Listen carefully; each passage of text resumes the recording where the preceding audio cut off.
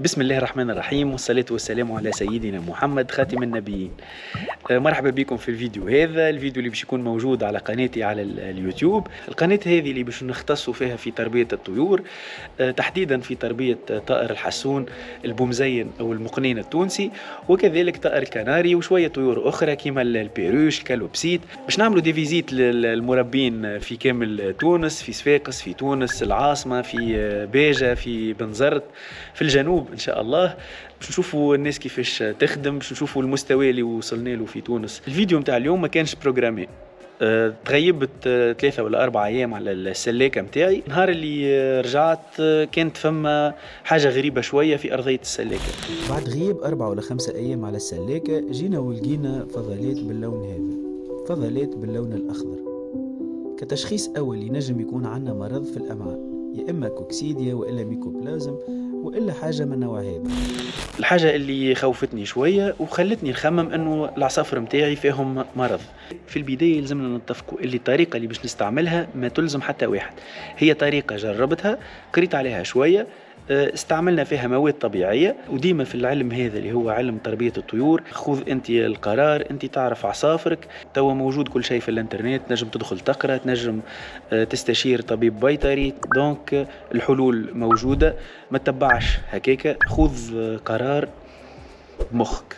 لهنا باش نستعملوا في المنقوع متاعنا متاع التطهير الكزبرة، او باللهجة العامية اسمها التابل. لهنا التابل مازال الكعب، هذه الكعبة متاعه كما تشوفوا. باش نحاولوا نرحوه شوية، يكون مدشش شوية باش يسيب أكثر منافع. وهذا المسحوق متاع الكمون.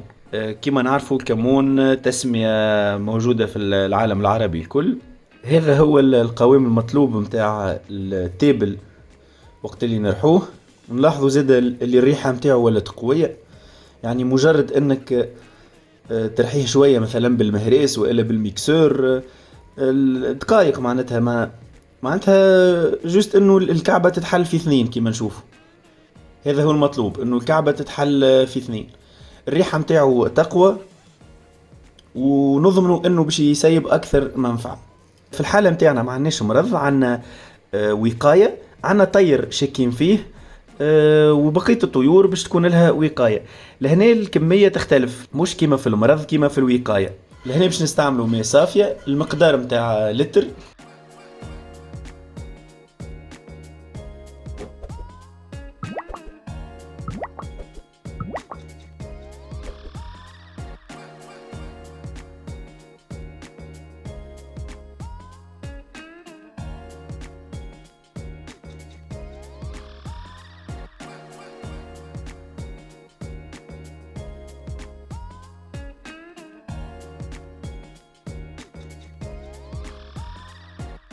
توا باش نحطوا المنقوع متاعنا في دبوزة باش يبرد.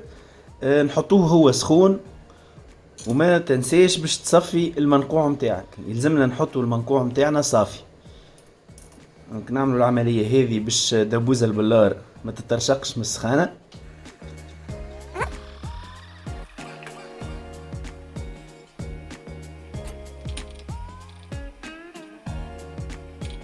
كيما نشوفوا بدينا بلتر من الماء، وتوا بقى عنا تقريب ربع لتر. بقية الكمية متاع الماء تبخرت تقريب في 25 دقيقة. وبقدرة الله بعد 12 ساعة نجموا نستعملوا المنقوع متاعنا، ونتو نشوفوا طريقة الاستعمال متاعه والكمية اللي نضيفوها للمشربية.